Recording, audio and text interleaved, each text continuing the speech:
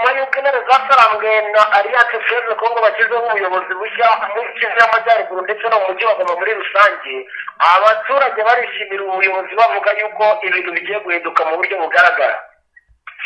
Ni mu gihe kandi intare zasarambwe zikataje mu murongo mugari wo gucunga umutekano mu bice byinshi bitandukanye, ariko nakubwira ko icyitwa abakomando bakomeje kujyanwa mu bice byinshi bitandukanye mu rwego rwo guhagarika FARDC turumayira ishaka kwataka intare zasarambwe. Ni amakuru mashya agezweho mu burasirazuba bwa Repubulika Iharanira Demokarasi ya Kongo. Ni mu gitondo cyo kuri uyu wa kane ku itariki ya 6/2025, aho tugiye kurebera hamwe ibiri kuvugwa ndetse n'ibiri gukorwa. Ni mu gihe kandi Alliance Fleuve Congo yarayishyizeho abayobozi bagomba kuyobora intara ya Kivu y'Amajyaruguru nyuma y'uko umutwe wa 23 wigarura umujyi wa Goma. Ni mu gihe kandi bitangazwa ko urujya n'uruza rw'abaturage mu ntara ya Kivu y'Amajyaruguru rwongeye gukomeza. Ni mu gihe kandi bitangazwa ko muri iki gitondo FARDC izindutse yirahira igira ngo yisubize Nyabibwe, hakaba habaye urugamba rukomeye kandi n'ubu rugikomeje.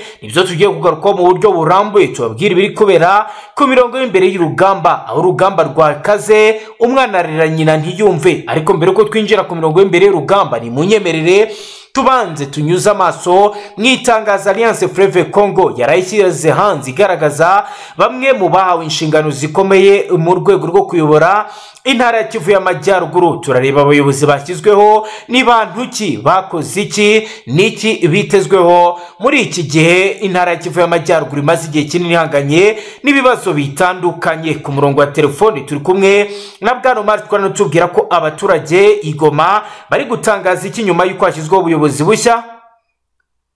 Bwana n'ibungu barimo baratangaza yuko babonye ahantu bagiye kujya babariza ibibazo, bagiye kubona ubutabazi mu buryo bwose, kuko ngo babona ko intare zasarangwe nyine zifite organization ku rwego rwo hejuru.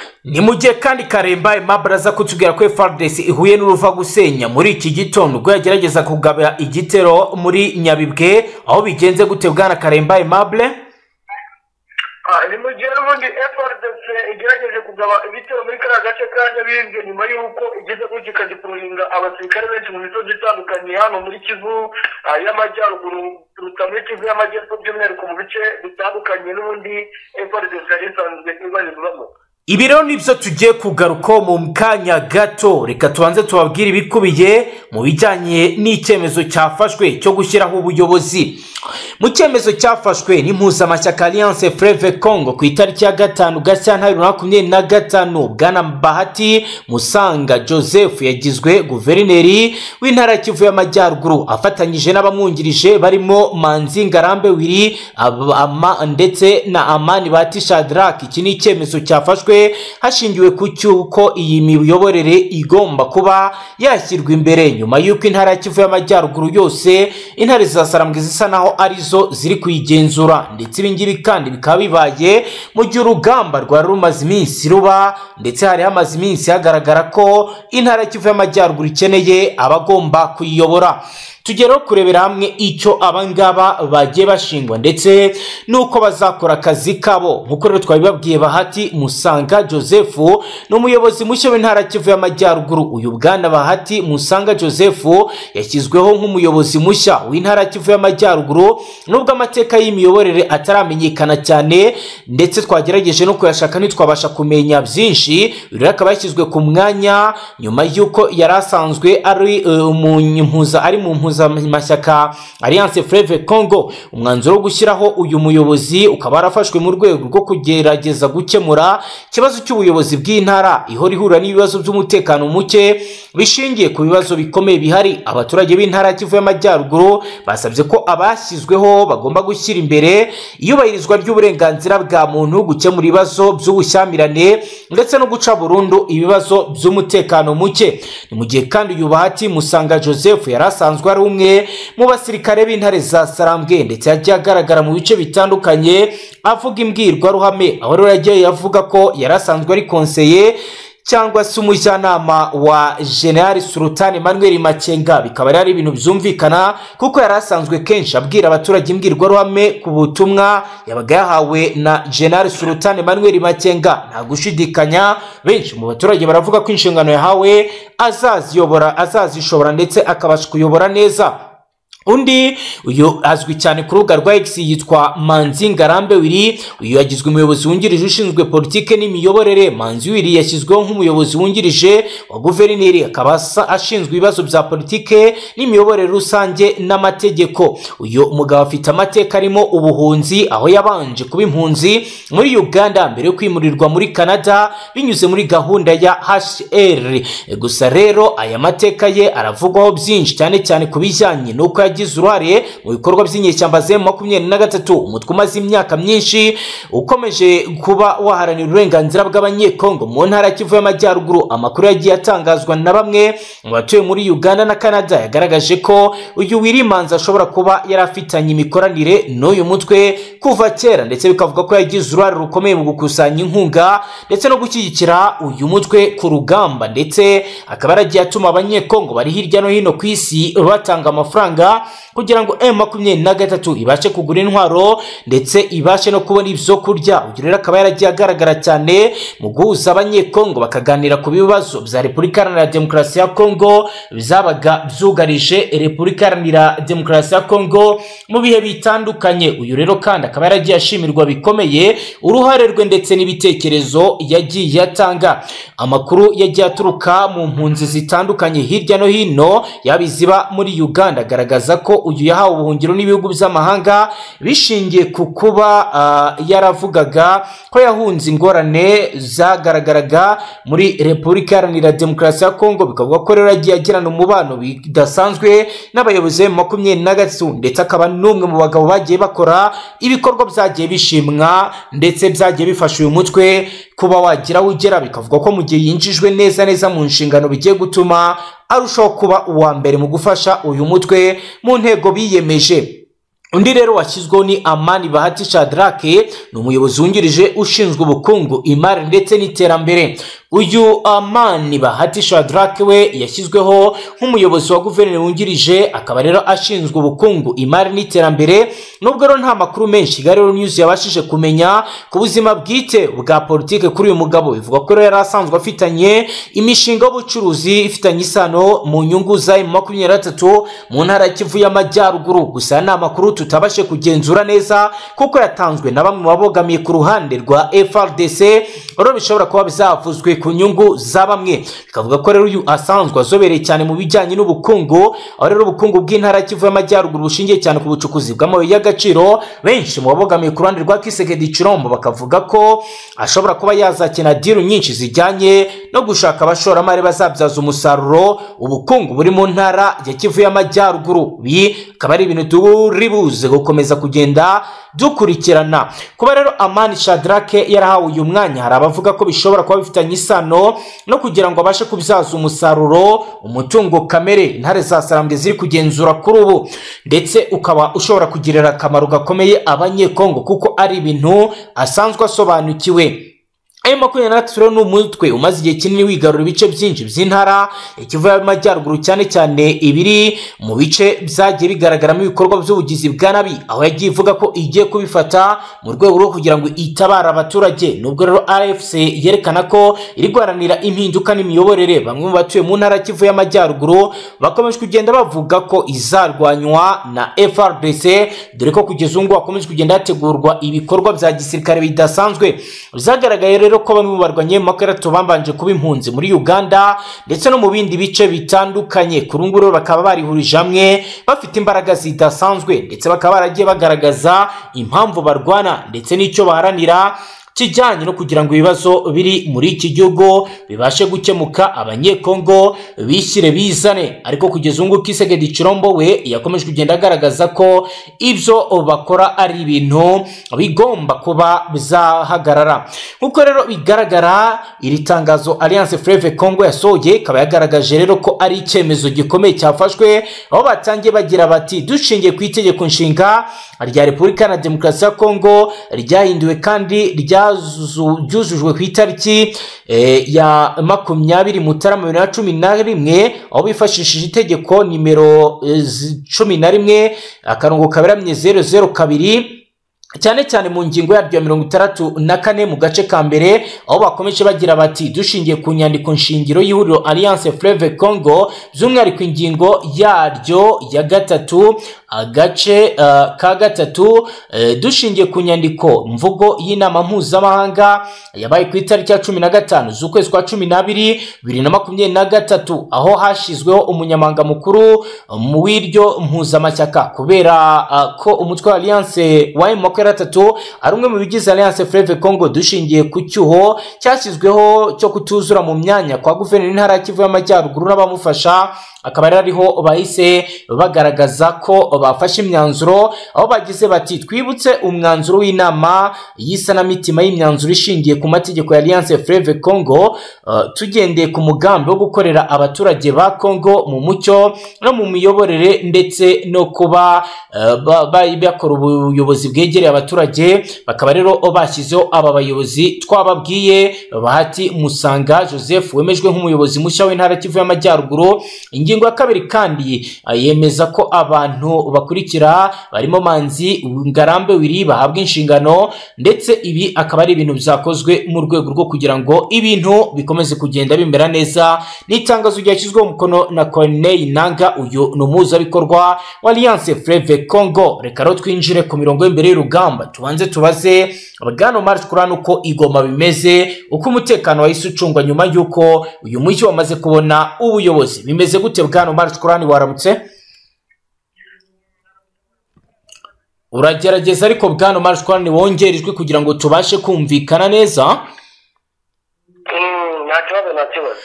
Rero Bwana Mashya igoma niho hari icyicaro gikuru cya guverineri w'intara Kivu y'Amajyaruguru hamaze gushyirwaho abayobozi bashya. Ni igiki cyahindutse urebye ku bijyanye n'uko ibintu byari bimeze? Bwana rero ngira ngo urabizi yuko byari byakomeje kugenda n'ubundi bivugishwa yuko abaturage bakeneye byanga bikunda ubuyobozi mu buryo butandukanye. Yego. ngira ngo kandi abizi ko ibiro bya guverineri w'intara Kivu y'Amajyaruguru byari bicungiwe n'ubundi umutekano n'intare zasarambwe ntabwo hari hakibona ingabo za leta ko FARDC ngo tuvuge ngo hari ubuyobozi wenda bukora mu buryo bugaragara. Yego. ubwo rero ahangaha ndagira ngo mbaze mubwire yuko mbere na mbere kuva ejo bakimara kubatora hahise hongerwa direkte ingabo nyinshi cyane z'intare zasarambwe. Yego. ubwo no guhera aho ngaho ndetse ahangaho gusa kuko no mu bindi bice bitandukanye by'ibyo bya Goma kuri teritwari mu bindi bice bitandukanye n'ubundi bigiye birimo inyubako za leta hagiye hahita hongerwa abasirikare benshi.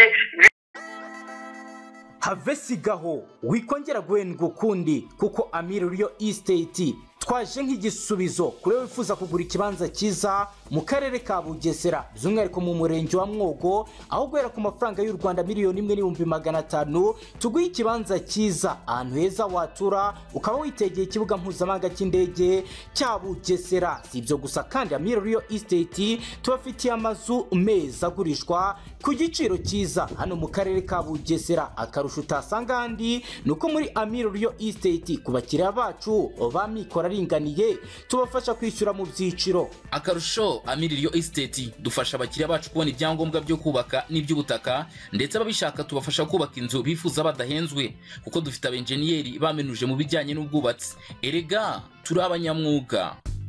Amakuru Estate mwaduhamagara cyangwa mukatwandikira kuri WhatsApp ikurikira 0788 84 56 43 cyangwa 0753 54 76 506.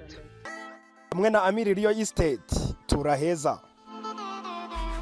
Intare zasarambwe ubona uko banafite ibikoresho kandi kabuhariwe mu buryo bugaragara. Yego.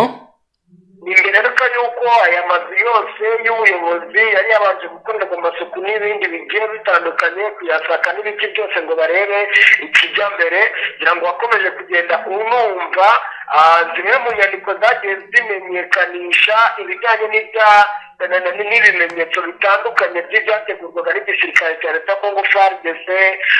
Ibi byose amakuru tugiye dufite nuko ari ahangaha byagiye bisangwa mu nyubako zitandukanye zakoreragamo inzego za leta.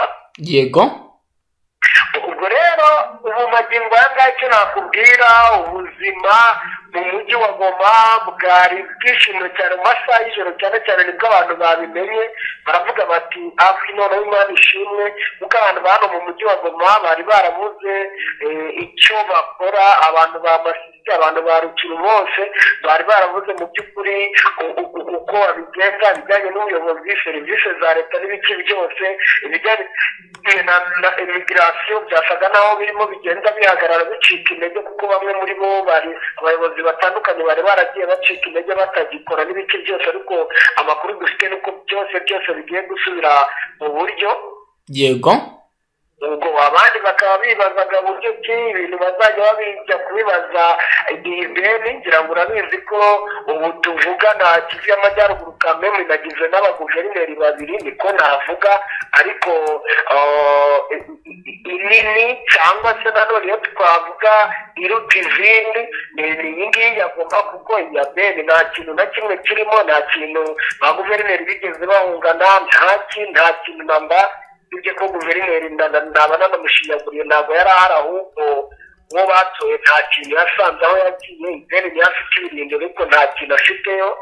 yego, na teritwari ngira ngo za Kivu y'Amajyaruguru bwana ariyo muri abo bavuga yuko hasigaye ebyiri, ariko nazo ukavuga yuko zidafitwe mu buryo bufatika. yego, ubwo rero hano neza habaye ku gicumbi cy'ubuyobozi mu buryo bugaragara, kandi ukabona ko abaturage cyane cyane bari kubyishimira bavuga bati byibura tugize aho tuzajya tujya kubariza. ubwo kandi intare zazahamwe nakumenyesha ko bakomeje, mu makuru dufite nuko bakomeje n'ubundi kugenda bashyiraho ubuyobozi mu buryo butandukanye, kuko teritwari hano ikeneye umuyobozi, ibice bitandukanye bya Goma bigiye bikeneye abayobozi, n'ahandi hirya hino bagiye bafata hajya hanakeneye ubuyobozi usanga gusana, kandi ubwo urumva byanga bikunda rero ibintu biri bugende bijya mu buryo kurusha uko turi kubibona ubu ngubu. yego, yego. Bwana rero Karembe Mabure, tujyana ahitwa Nyabibwe, naho kugeza ubu ngubu byamaze kwemezwa ko FARDC iri kugerageza operation zo kwisubiza, ariko urugamba rukomeje kugenda rubagora mu buryo budasanzwe. Bwana Karembe Mabure, uratwumva? Karembe Mabure, uratwumva? muranyumva? Turakumva Bwana Karembe Mabure. Tujyane Nyabibwe, FARDC yashatse kwisubiza kuva mu rukerera rwa kare, byarangiye gute? Avuga ngo nyuma yuko intare zasobanuye zigaruye kano gace ka Nyabibwe, navuga yuko agace gafite icyo gasobanuye cyane kandi strategique mu bice bya hano muri Sud Kivu.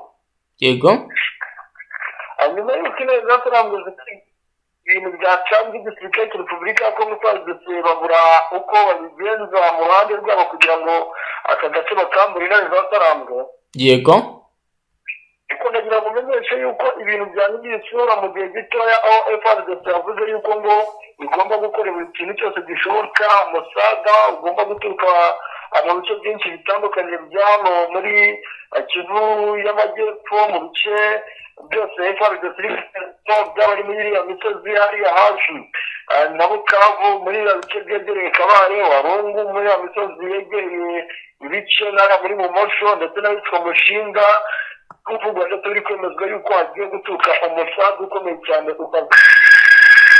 byegereye ahitwa Shirinda, bakaba bagaba ibitero muri Karere kugira ngo n'ubundi kuri M23, ariko ukabona yuko nubwo bakomeje kubitekereza cyangwa gushaka kubikora, icyerekezo M23 uri kwerekezamo ni icyerekezo cyiteguye neza cyane ibice biri strategique, aho M23 ivuga iti turashaka no gufata uduce twose turi mu nkengero z'ikiyaga cya Kivu kugira ngo FARDC imisaje iri kubona abasirikare b'Abarundi yose tuyihagarike, noneho tubashe kwikubita ababaza. Bwana Karembe Mabure ku barundi bari kuzanwa byo bihagaze gute biri gukorwa mu buhe buryo kugeza ubu? Ku ruhande rw'abarundi bari kuzanwaho ntabwo sitasiyo ntiyoroshye, ni ibintu biva kugorana cyane kuko nk'ubu inzira yari yoroshye cyari kiriya kiyaga cya Kivu, ariko biravugwa ndetse biremezwa yuko intare zatarambwe kuri uriya musozi witwa Munyakiri, intare zatarambwe zishaka kuwufata ndetse n'ahitwa Katana hafi neza cyane ku nkombe z'ikiyaga cya Kivu, barashaka kuhakuramo. Noneho mu ntera ntoya cyane intare zatarambwe zizaba zitegeye imisozi yose iturukamo abarundi hariya mu kiyaga cya Kivu. Ni ukuvuga ngo ntabwo abarundi bazabasha kuba bagira gutya ngo babashe kuba bakura umusada hano mu kiyaga cya Kivu ngo berekeze mu bice byara muri Sud Kivu byaba ari muri Karehe cyangwa se bajyane n'umusada muri biriya bice bya Bukavu. Ukabona yuko ku ruhande rw'abarundi abasirikare bari kuzanwa kuko ngo mu ijoro ryahise biravuga yuko hari abasirikare barenga 2,100 bazanwe ku ruhande rw'abarundi mu gufasha igisirikare cya FARDC.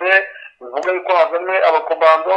Ari kubona yuko muri rusange ubufatanye hagati y'igihugu cy'u Burundi igihugu cya Kongo by'umwihariko kiseke by'ishirombo birakomeje, ariko bakabona yuko nubwo bikomeje kugenda abigaragara yuko bitari bworohere na gatoya iki gisirikare cya FARDC n'abafatanyabikorwa babo.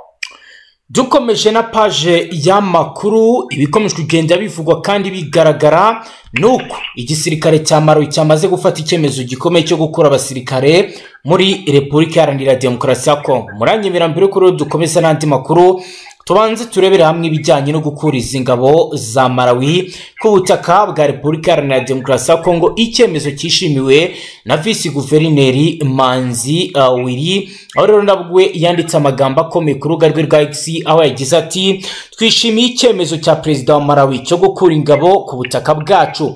Turi abanyafrika kandi tuzahoraho. Iki ni ikibazo cy'imbere dufite kandi kizakemurwa n'ameza yacu ya kivandimwe, ntabwo ari ingufu z'amahanga. Dukomeje rero n'aya makuru n'ubundi ibivugwa bijyanye n'ibikomeje kugenda biba.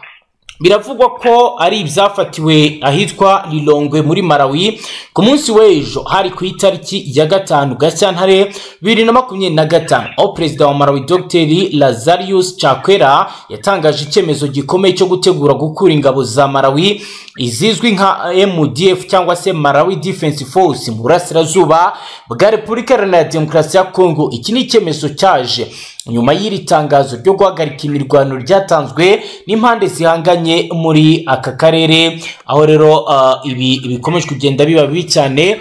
Harimo rero ingabo za Sadeke. Mu itangazo ryashyizwe ahagaragara na Perezidansi ya Malawi, Perezida Chakwera yasabye umugaba mukuru w'ingabo za MDF gutangira imyiteguro kuvana izo ngabo muri Repubulika ya Demokarasi ya Kongo kugira ngo yubahirize amasezerano y'ihagarikwa ry'intambara. Ibi rero akaba ari icyemezo gishingiye ku ntego y'ibiganiro benshi bifuza muri aka karere, aho rero ibiganiro bigamije gusha intambara imaze imyaka myinshi ihitana ubuzima bw'abaturage ndetse n'abasirikare mu burasirazuba bw'iki gihugu, aho imitwe y'inyeshyamba ndetse n'ingabo za leta bamaze gutakaza byinshi ndetse bamaze gutakaza n'umubare munini w'abarwanyi. Ingabo za Malawi ziri muri Repubulika ya Demokarasi ya Kongo igice cy'ingabo z'umuryango wa DRC zigamije rero kugira icyo zikora kugira ngo zibashe kuba zakigiza inyuma FARDC maze igihe kinini yarananiwe n'urugamba, ndetse kenshi byagiye bitangazwa ko ibyo bagiye bakora byose nta musaruro byigeze bitanga, ndetse bamwe ntibatinya kuvuga ko Repubulika Iharanira Demokarasi ya Kongo ibyo yakoze byaba birimo ubugambanyi bukomeye. Aho Perezida Chakwera yagize ati dufashe uyu mwanzuro kugira ngo dushyigikire amahoro arambye mu burasirazuba bwa Repubulika Iharanira Demokarasi ya Kongo, twizera ko impande zose zizubahiriza aya masezerano y'ihagarikwa ry'intambara kugira ngo haboneke uburyo bwo kuganira hagamijwe igisubizo kirambye. Ni mu gihe rero benshi bavuga ko mu gihe ibingibi byabo bishobora kuba inzira nziza yo gukemura ikibazo, aho rero icyemezo cyafashwe na Malawi gishobora kugira ingaruka ku rwego mpuzamahanga cyane cyane mu bijyanye n'umutekano mu karere ka Afurika y'Amajyepfo. Ni mu gihe bitangazwa ko mu gihe n'ibindi bihugu byareberaho ibibazo biri mu burasirazuba bwa Repubulika ya Demokarasi ya Kongo bishobora gukemuka mu maguru mashya kandi urujya n'uruza rukongera rugakomeza, ndetse n'imibanire hagati y'ibihugu byombi bikongera bikabana mu mahoro. Ngaho gukorera bwana Omar Shkorani ndagira ngo ukomeze tubwira n'andi makuru.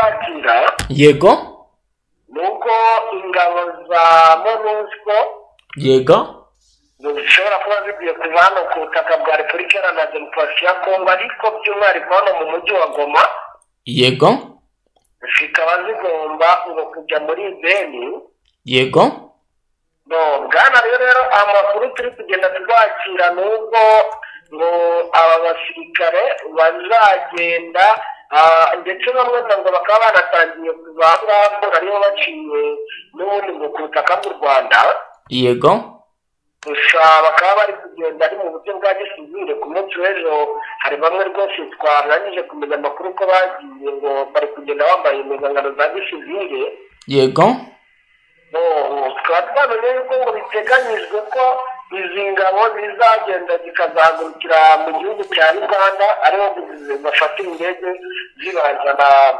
muri Beni yego ubwo rero abaturage batangiye kwibaza ikirimo gishobora kuba kigiye gukurikiraho yego mu gihe izi ngabo zaba zigiye nyamara rero bagira abagutsa bakafatanya wenda n'intare zasaranwe mu koroganiza ibintu bamwe ndetse bakaba banatangiye kugira ubwoba bavuga bati aho ni abari ibiri gutegurwa wenda muri uyu mujyi wa Goma byo kugaba ibitero n'ibice byose cyane cyane ko abantu benshi bafite ubwoba bitewe n'uko babona ko guverinoma ya Repubulika Iharanira Demokarasi ya Kongo itari yava ku izima na rimwe ishaka n'ubundi kugaba ibitero mu buryo bugaragara.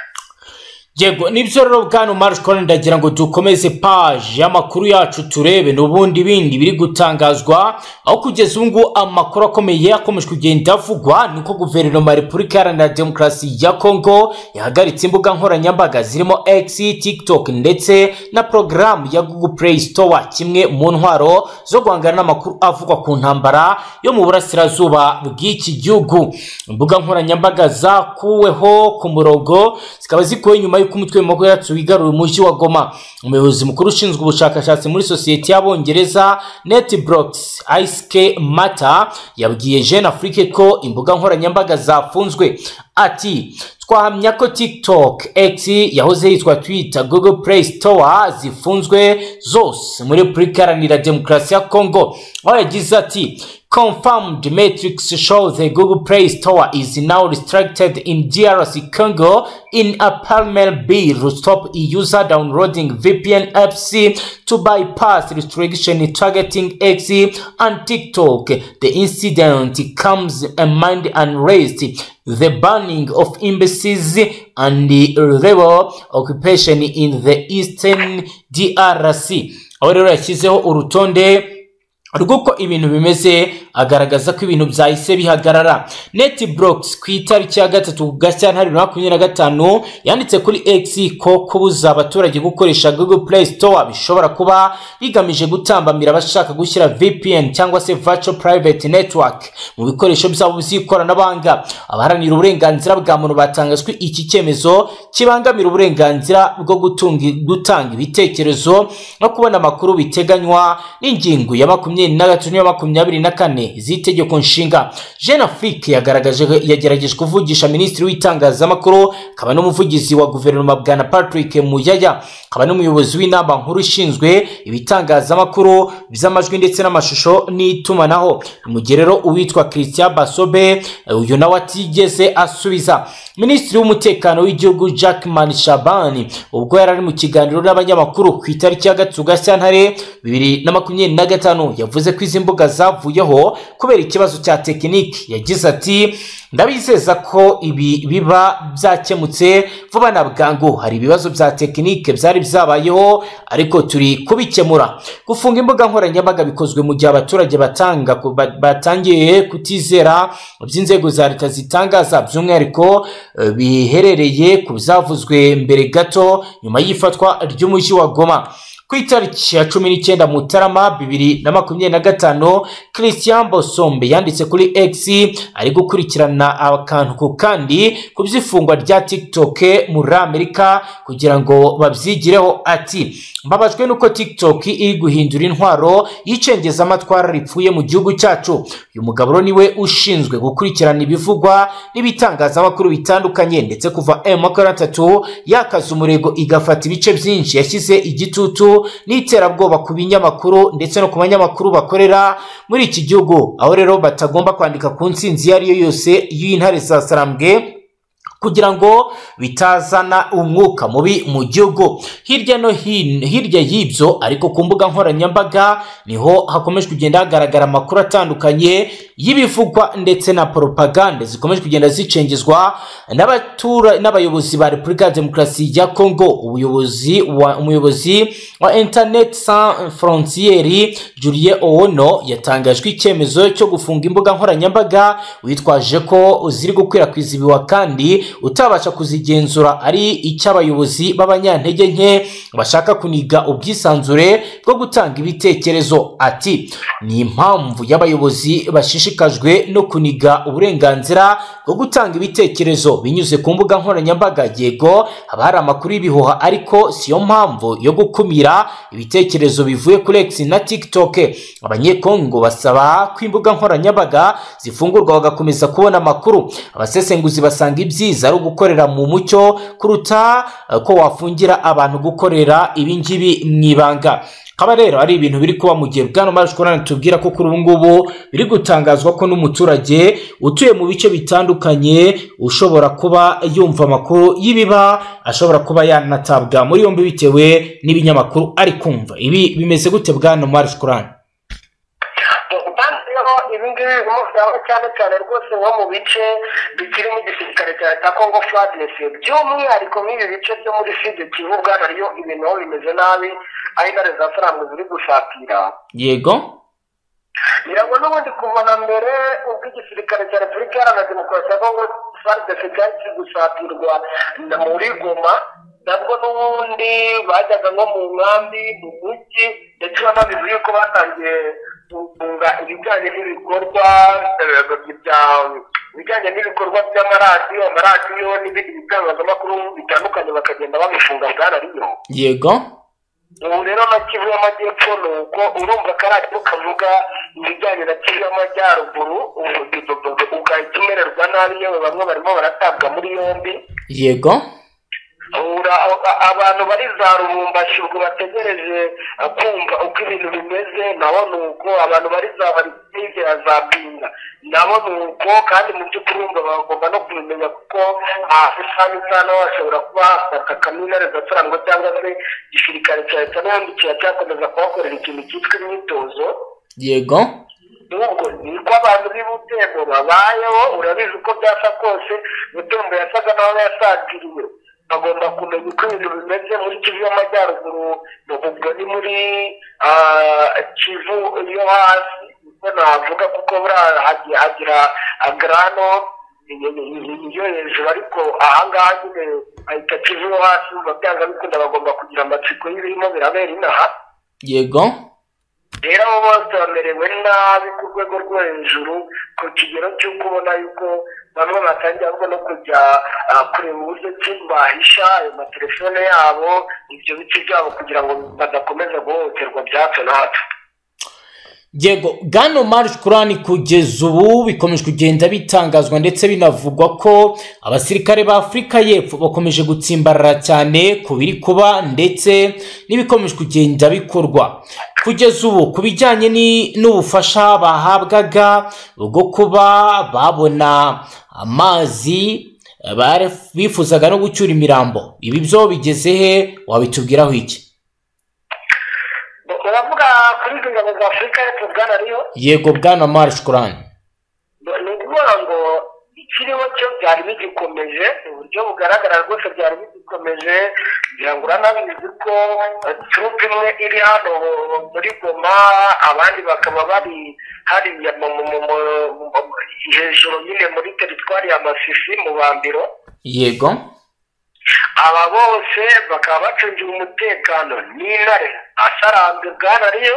Yego rero ndakubwira yuko ubu tuvugana rwose, ubu tuvugana ibintu biracyameze uko byari bimeze. Barahabwa uburenganzira bwo kujya gushaka ibyo biribwa mu mujyi wa Goma cyane cyane. Yego bagahabwa iby'imiriro y'amashanyarazi barabibonye, dore ko byari ibibazo bikomeye cyane kuko byavuga ko imirambo yabo irimo iragenda inangirika, imirambo y'abasirikare babo. Yego. Ubwo rero ibishoboka bari kubibona mu makuru dufite, ibishoboka bari kubibona dore ko ikigo cyabo hano mu Bambiro gituranye neza n'ikigo cy'intare zasarambwe. Rero urumva nta cyatuma badahabwa ibyo bakeneye byose mu gihe biboneka. Yego, Bwana Mashya, nyakubahwa Perezida wa Repubulika y'u Rwanda Paul Kagame yatangaje amagambo akomeye mu kiganiro yagiranye na Perezida w'akanama k'ubumwe bw'ibihugu by'i Burayi Antonio Costa, aho yagaragaje ku byo baganiriyeho ndetse n'ikigiye gukorwa. Ndagira ngo unyemerere turebe ibyatangajwe kuri iyi ngingo. Perezida wa Repubulika rero yanditse amagambo akomeye aho yagize ati, I had a fruitful conversation with President of AU Council Antonio Costa where we discussed the situation in DRC and agreed on the need of effective de-escalation and resolution to the conflict that polarized political dialogue and ensured lasting peace. We stressed the need for all parties associated with finding a solution to responsible and level ahead even with a complexity of problem. We also exchange on the going strong cooperation between the European Union and Rwanda across the key sectors. Mu Kinyarwanda yagize ati, twagiranye ikiganiro cyiza na Perezida w'akanama k'ubumwe bw'ibihugu by'u Burayi Antonio Costa, aho twaganiriye ku kibazo cya Repubulika ya Demokarasi ya Kongo maze twemeranya ko hagomba gukurwaho ingamba zikomeye no gukemura amakimbirane dushyira imbere ibiganiro bya politike kandi biharanira amahoro arambye. Twashimangiye ko hakenewe impande zose zijyanye no gushaka igisubizo, inshingano kandi ziyobowe n'uru rwego ndetse n'ikibazo gikomeye. Twaganiriye kandi ku bufatanye bukomeye buri hagati y'ubumwe bw'ibihugu by'u Burayi n'u Rwanda mu nzego z'ingenzi. Akaba rero ari byo yaganiriye n'uyu muyobozi. Twaza kwitega iki Bwana Mashya nyuma y'ibi ngibi? Yego. Ikiriho cyo ikigaragara hari kugenda hashaka umuti mu buryo butandukanye. Yego. N'ibibazo ariko nyine ikibazo ni uko guverinoma ya Repubulika Iharanira Demokarasi ya Kongo nta kintu bavuga. Ntabwo nkumva neza Bwana Mashya. Bwana Mashya ntabwo nkumva.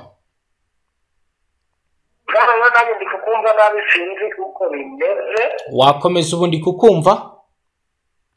Ndimo mvuga ni ikigaragara ibibazo birimo biragenda bishakirwa umuti hirya hino, abayobozi cyane cyane mpuzamahanga ubona yuko bakubita hirya hino kugira ngo iki gihugu cyongere kigire umutekano. Yego. Ukabona yuko imiryango mpuzamahanga ikivuga mu buryo butandukanye, ariko nanone Repubulika Iharanira Demokarasi ya Kongo ikibazo bwana dufite ni uko ubona yuko ibiba byose nta kintu namba birimo biragenda biyibwira. Kugeza ubu kuba ntacyo biri kuyibwira Bwana Mashya, abaturage bo babogamiye he, by'umwihariko abo mu bindi bice bitandukanye? Mu makuru mwakira benshi bashyigikiye ko intambara ikomeza, benshi bashyigikiye ko ibiganiro biba. Niki watubwira kuri iyi ngingo irebana n'abaturage?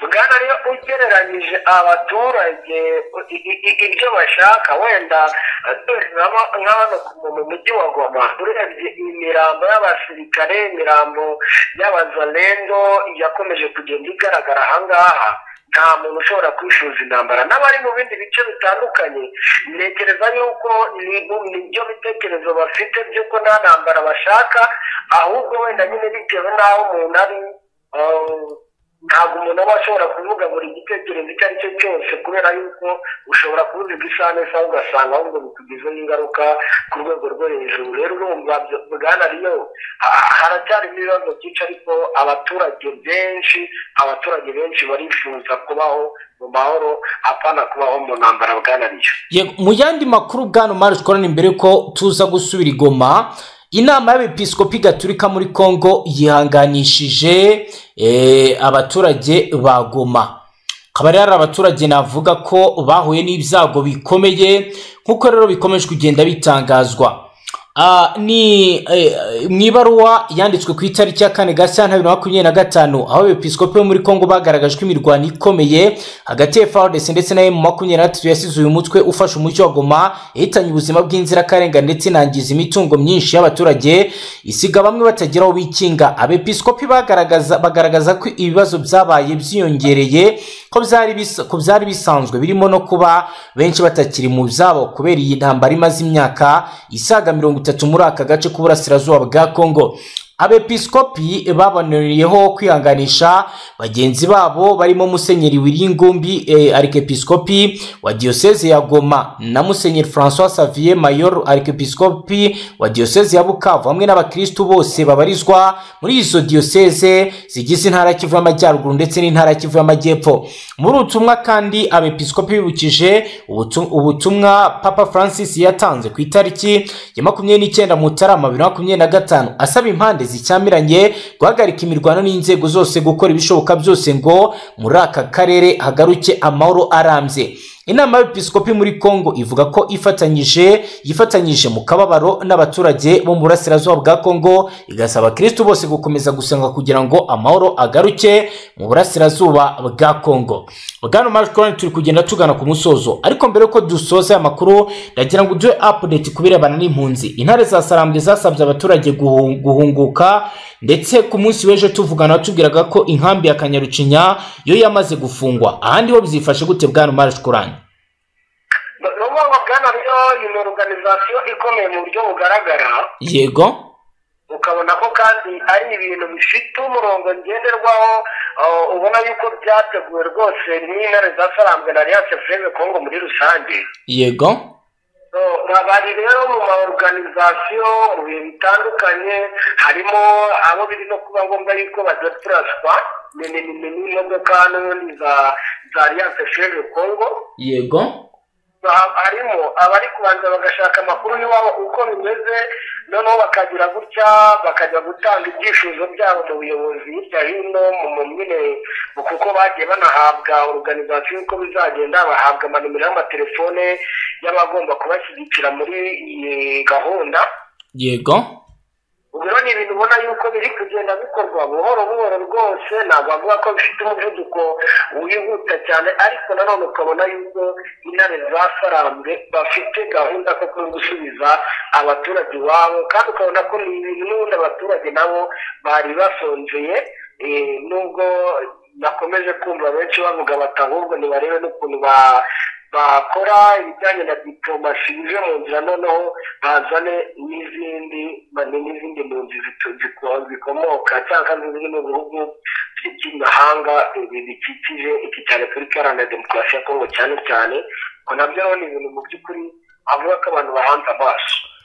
Yego, Bwana Mashya reka dusoreza tugushimire cyane. Murakoze cyane Bwana.